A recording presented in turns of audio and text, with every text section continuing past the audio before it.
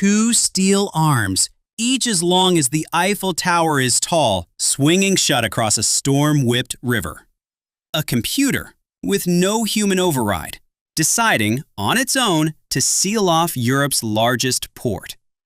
65 concrete towers standing in the open sea, waiting for a storm that should only come once, every 10,000 years.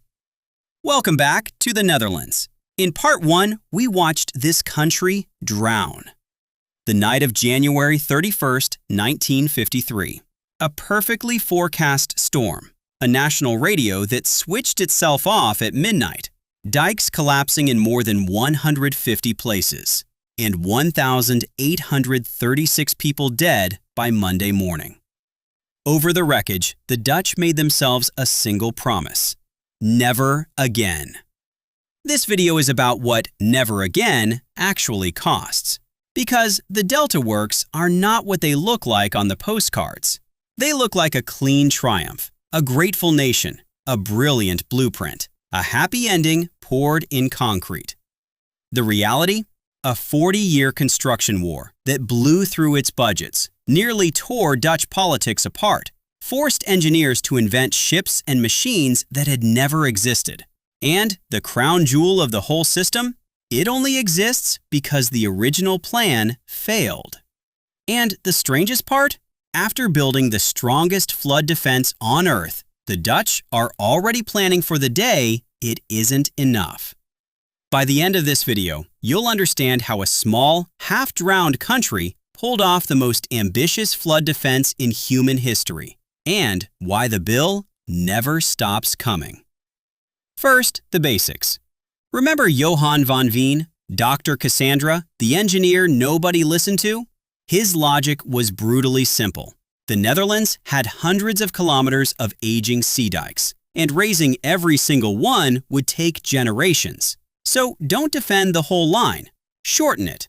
Dam the sea inlets between the islands of the southwest, and the coastline shrinks by roughly 700 kilometers. The sea loses 700 kilometers of attack surface in one move. 2 doors had to stay open because the economy lived behind them. The waterway into Rotterdam and the western Scheldt leading to Antwerp. Everything else? Closed. By 1958, the Delta Act made it law, and the strategy was almost like a video game. Start with the small inlets, learn the techniques, level up, and save the final boss for last. The very first Delta work tells you everything about Dutch memory. In 1958, a storm surge barrier rose across the Hollandse IJssel, the same river where, 5 years earlier, skipper Adi Evengroen had wedged his barge into a collapsing dike to save 3 million people. The first thing the Dutch built was a machine to replace the man. Then they started slamming doors. 1961, the Veersagat sealed. 1971, the Haringvliet, closed with a row of sluices so enormous they control how much Rhine water reaches the sea. The Dutch call it the Tap of Europe. A year later, the Brouwersdam. To build in raging tidal water, engineers strung cable cars across entire sea arms and dropped concrete blocks from the sky, one gondola at a time. It worked. Door after door, the Delta was closing. Then the country changed its mind. The final boss was the Eastern Scheldt, the biggest, deepest, most dangerous inlet of them all. The plan? A solid dam, just like the others. But a solid dam meant the tide would die, and with it, the oyster and mussel beds that had fed Zeeland for centuries, the salt marshes, the seals, the birds. A tidal ecosystem that works as a nursery for the entire North Sea. Fishermen who had lost family in 1953 suddenly found themselves protesting against the very project meant to protect them, side by side with a brand new environmental movement.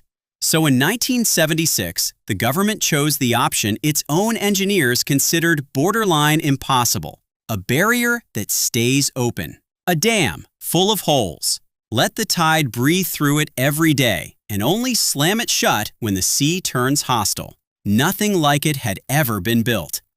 So the Dutch built an artificial island in the middle of the estuary just to construct it. There, the pillars were cast in giant drained pits. And when they were ready, the pits were simply flooded, so ships could float in and lift them out. A floating factory wove mattresses for the seabed. Yes, mattresses, 200 meters long, to stop the pillars from sinking into the sand. A custom ship, the Austria, was designed to cradle concrete towers up to 12 stories tall and 18,000 tons, carry them out to sea, and set them down within centimeters. 65 pillars, 62 steel gates, 9 kilometers of barrier. Price tag? Around 2.5 billion euros, the most expensive single structure the Netherlands had ever built. On October 4, 1986, Queen Beatrix pressed the button, and her words entered the national memory. The Delta works are complete. Zeeland is safe. Except for one door nobody could close.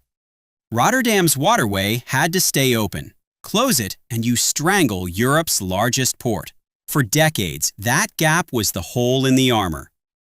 The answer arrived in 1997, and it still looks like science fiction. The Maaslandkering, 2 hollow steel arms lying along the riverbanks, each as long as the Eiffel Tower is tall and roughly twice as heavy, mounted on the largest ball joints on the planet, 10 meters across, 680 tons each, swiveling like a pair of human shoulders. When a storm threatens, the docks flood, the arms float, swing across a river 360 meters wide, fill with water, and sink onto the bottom. A wall where minutes earlier ships were passing. And here's the detail that makes engineers around the world look twice. No human gives the order.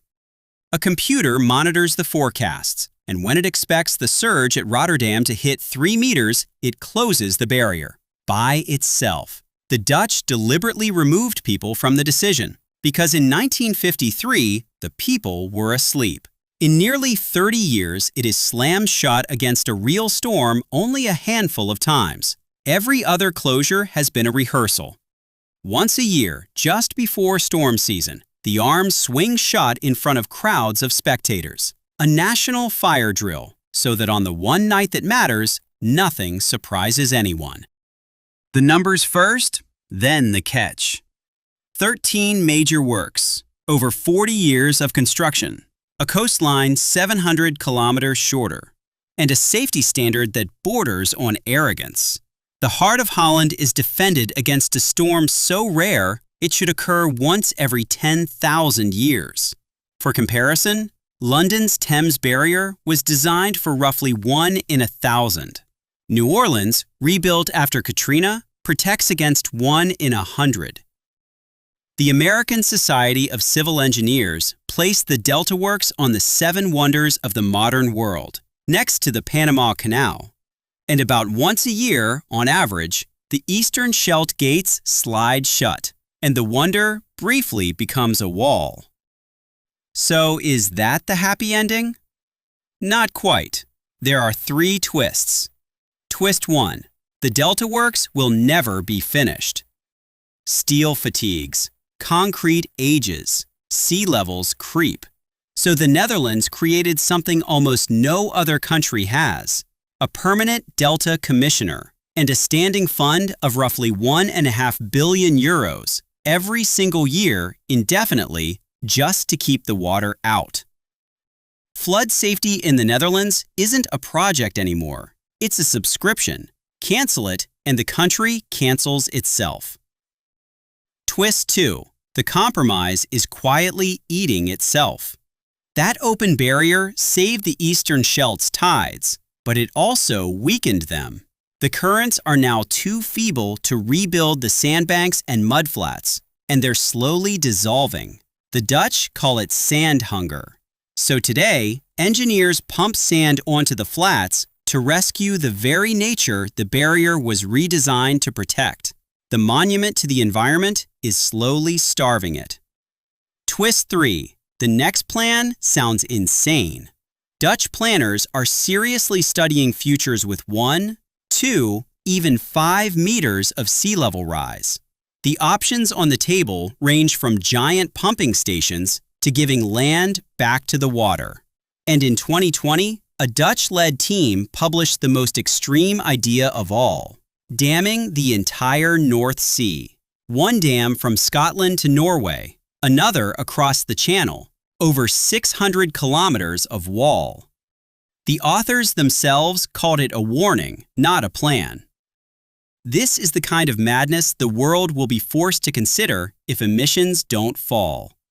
Zoom out one last time, because the whole planet is drifting toward the Dutch situation. Hundreds of millions of people now live in low-lying coastal zones. Jakarta is sinking so fast that Indonesia is moving its capital. Venice copied the swinging gate logic. New York has studied barriers of its own. When the water rises, everyone ends up calling the same small country, the one that already paid its tuition in 1953. In the end, the Delta Works aren't really a story about concrete and steel. They're a story about how long a promise can last. The generation that pulled bodies from the water in 1953 swore never again, and then spent 40 years and billions of guilders keeping that oath. The real question is aimed at their grandchildren. Will you keep paying forever for a disaster nobody alive remembers?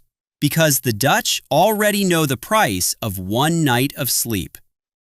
It was 1,836 lives. That's the story of the Delta Works. Thanks for watching, and see you in the next.